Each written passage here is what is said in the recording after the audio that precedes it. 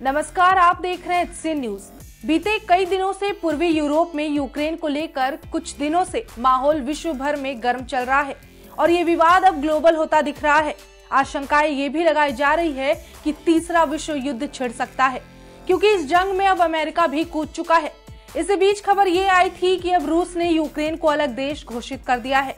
जैसे ही रूस ने फैसला लिया, अमेरिका ने तुरंत रूस को देने वाले आर्थिक मदद पर पाबंदियां लगा दी है।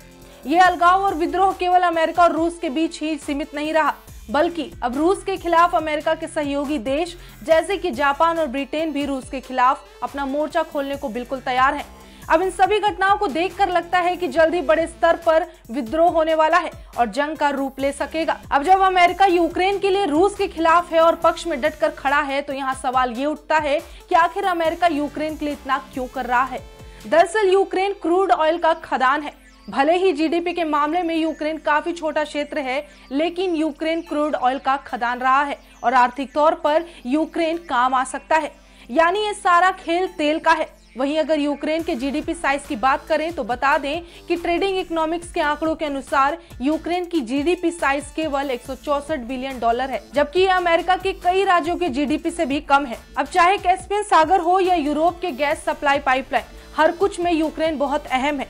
यही नहीं, यूक्रेन के पास क्रूड ऑयल और गैस पाइपलाइन के अलावा रेयर अर्थ मिनरल्स का भी भंडार मौजूद है।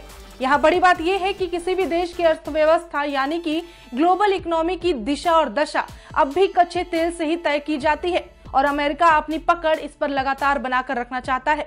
वहीं अगर रूस को अमेरिका हराना चाहता है तो रूस की इकोनॉमी पर असर डालने के लिए यूक्रेन का सबसे बड़ा योगदान रहेगा। और अगर कहीं यूक्रेन पर अमेरिका का कब्जा हो जाता है तो आराम से अमेरिका रूस को कंट्रोल कर पाएगा। मतलब अब पूरी तरह से रूस की शामत आ चुकी है, क्योंकि अमेरिका ने अपनी कमर कस ली है और आशंका जताई गई है कि अब तीसरा विश्व युद्ध छिड़ सकता है। आप इस खबर को लेकर क्या राय रखते हैं? अपनी राय में कमेंट में जरूर बताएं और देखते रहें एचसी न्यूज। धन्यवाद।